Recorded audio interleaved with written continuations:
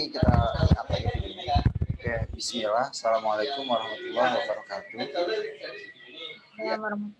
Waalaikumsalam warahmatullahi wabarakatuh. Alhamdulillahirobbilalamin. Wassalatu wassalamu ala asyrofil anbiya'i wal mursalin wa ala alihi washabihi ajma'in. Allahumma shalli ala Muhammad wa ala ali Muhammad.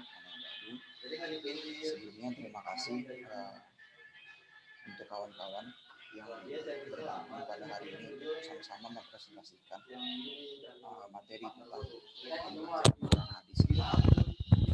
Ini tentang menguasai buku ajar Quran hadis 10.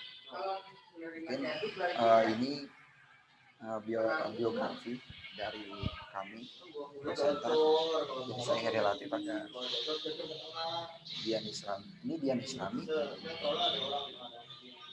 Ada Jafir. Itu Dian Islami diikat aja. Sama Novi. Saya Dian Islami. Oh iya, dia pindah grup. Oke, untuk selanjutnya mungkin materi pertama ini mau disampaikan siapa? Novi apa Sri atau Jai? Jain ya. Baik. Ya. Ini saya serahkan kepada saudara Jain.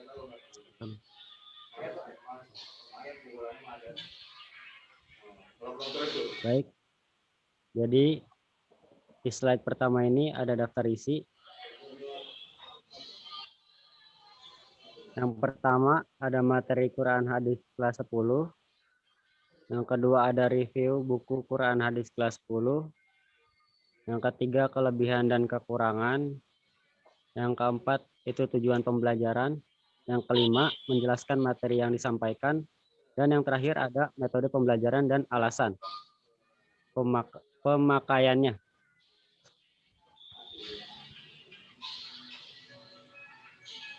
Selanjutnya di dalam materi Quran hadis kelas 10 yaitu ada yang pertama Al-Quran kitabku, yang kedua ada betapa autentiknya kitabku, yang ketiga tujuan dan fungsi kitabku, yang keempat ada pokok-pokok isi kitabku, yang kelima ada manusia sebagai hamba Allah dan khalifah di bumi, yang keenam itu memahami hadis, sunnah, khobar, dan athar.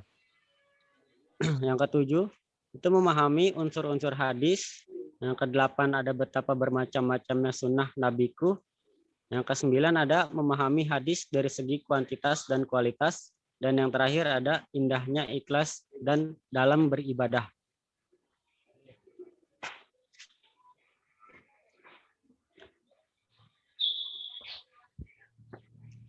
Baik, selanjutnya itu ada review buku Quran hadis kelas 10 MA yang akan dijelaskan oleh Saudara Heri Latif. Baik, nah ini untuk yang 34 ini. Seri apa Novi tadi? Saya lupa. Saya. Oh, Seri. Nah, di poin kedua itu tentang review buku Quran hadis kelas 10 MA. Buku Quran hadis yang akan dianalisa adalah buku pedoman siswa untuk kelas 10 Madrasah Aliyah. Buku ini diterbitkan oleh Kementerian Agama Republik Indonesia dalam rangka implementasi kurikulum 2013.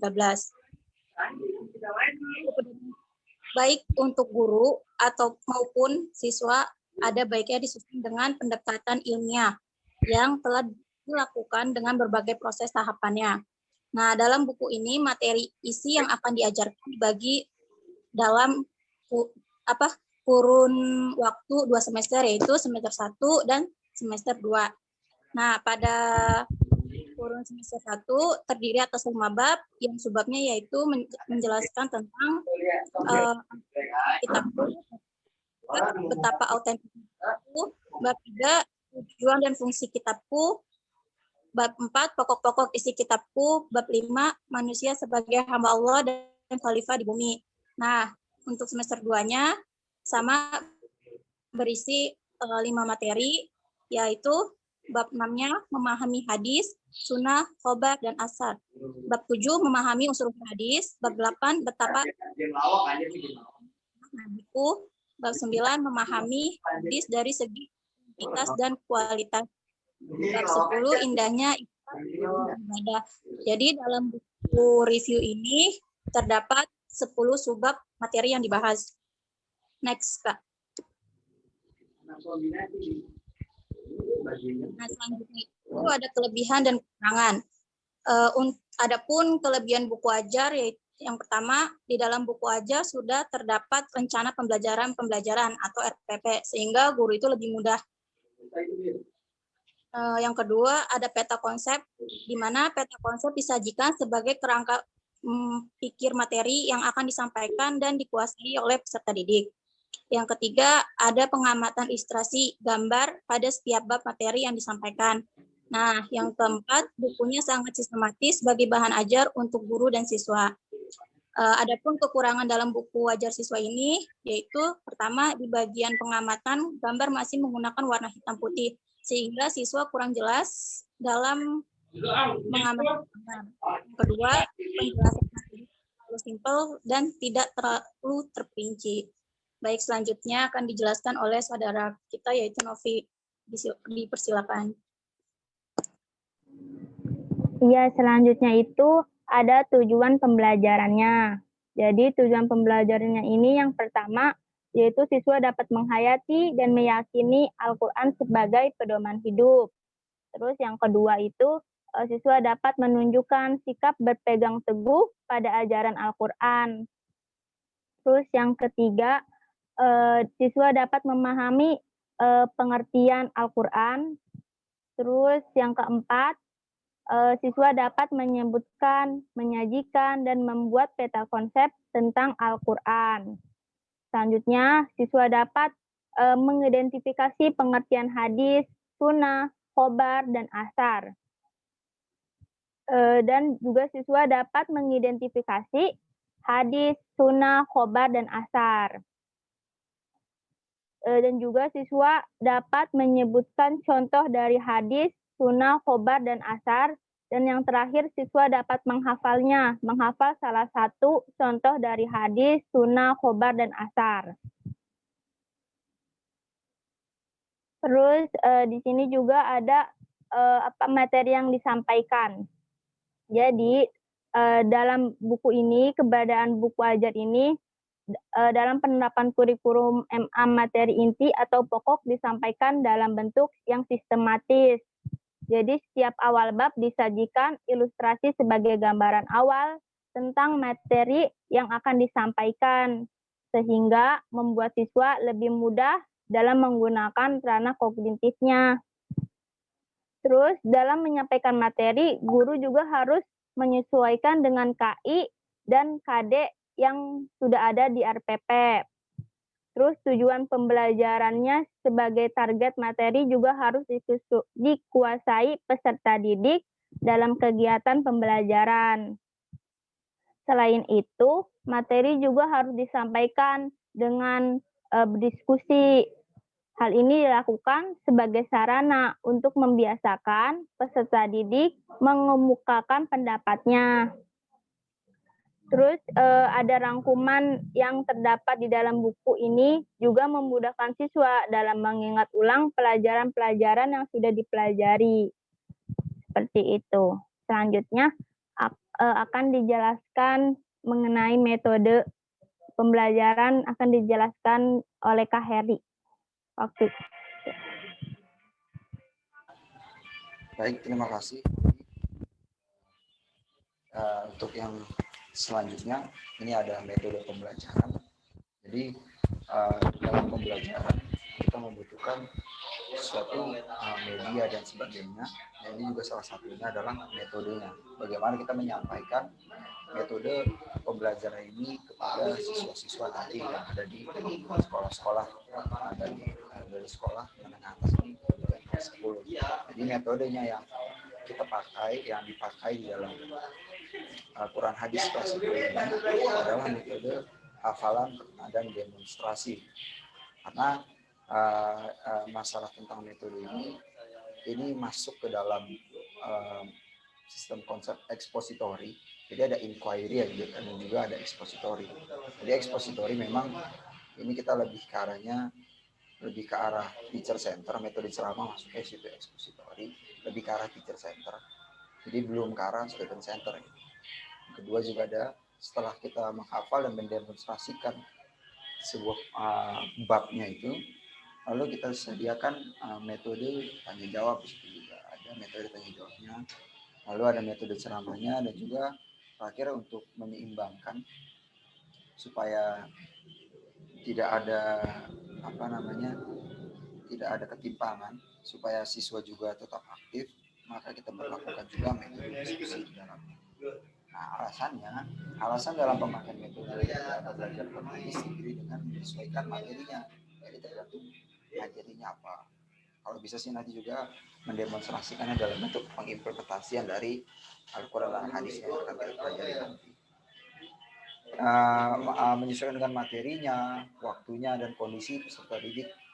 Jadi kita harus tahu juga tentang seluk-beluk kondisi saat ini ketika kita mengajar seperti apa. Karena ketika memang siswanya tidak dalam keadaan fit dan sebagainya, ini akan susah dengan metode yang lain gitu.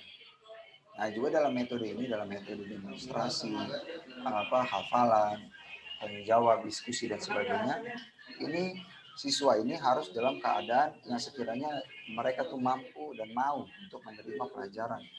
Jadi harus kita bawa dulu ke dalam suasana mood yang baik, nanti juga dengan paikan gembrotnya harus digalakkan di sana supaya keadaannya untuk menangkap sebuah materi yang nanti guru sampaikan bisa berjalan secara maksimal. Variasi metode dalam pembelajaran Quran hadis sangatlah diperlukan agar para peserta didik tidak mengalami kejenuhan di dalam kelas dan para peserta didik dapat merasa nyaman.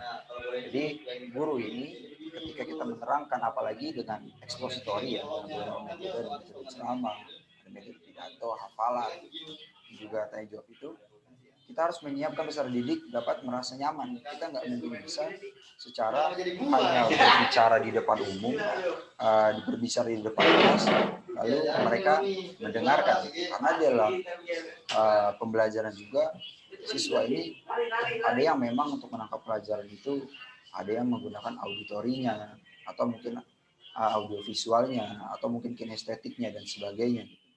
Nah, di sini maksudnya kalau untuk metode ceramah dan sebagainya, ini tentang masalah auditori. Jadi kita melihat dan mendengarkan saja. Dan mudah-mudahan di sini juga dengan adanya metode demonstrasi, setidaknya bisa menyeimbangkan dari metode menerangkan metode Quran di sini secara bisa sama lah. Setidaknya kawan-kawan atau adik-adik siswa nanti yang mendengarkan tidak merasa ada kejenuhan di dalamnya. Karena jangan terlalu kita monoton, hanya berbicara, jadi hanya teacher center, hanya satu arah. Jadi harus diseimbangkan, walaupun kita menggunakan metode-metode ceramah dan sebagainya dalam ekspositor ini, paikan gembrotnya harus digalakkan, dan juga bagaimana suasana kelas ini harus dibangun sebagaimana mestinya. Nah, ini kita mungkin untuk materi presentasi kelompok 4 untuk hari ini, alhamdulillah sudah segitu saja yang bisa kami sampaikan. Mungkin ada tambahan dari kawan-kawan yang lain, dari Novi, Sri, atau Jen. Silakan di-on-kan mic-nya kalau ada tambahan. Ya mungkin.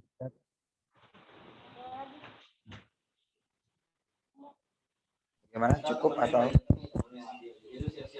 Mungkin sudah. Mungkin ada yang mau direview? Mungkin sudah cukup. Ditutup saja. Oke, baik. Sebelumnya terima kasih juga untuk kawan-kawan yang meluangkan waktunya untuk presentasi, dan juga untuk kepada para pelihat video. Berapa sih bahasanya itu?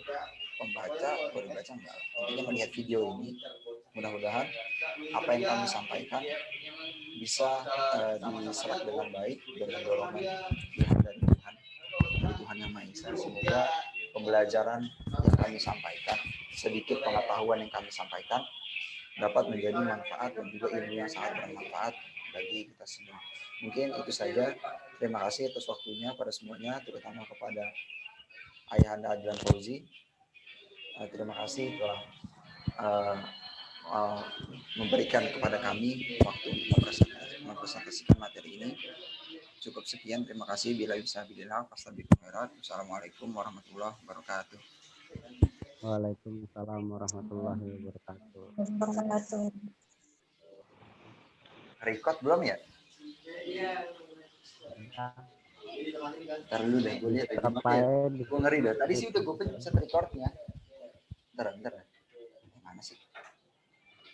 Udah di record. Cuman di stop aja, nanti dia auto ke save gitu. Stop recording langsung ya? Ada Tinggal stop kasih recording. nama file doang. Ini gue stop recording ya. Iya, stop recording nanti.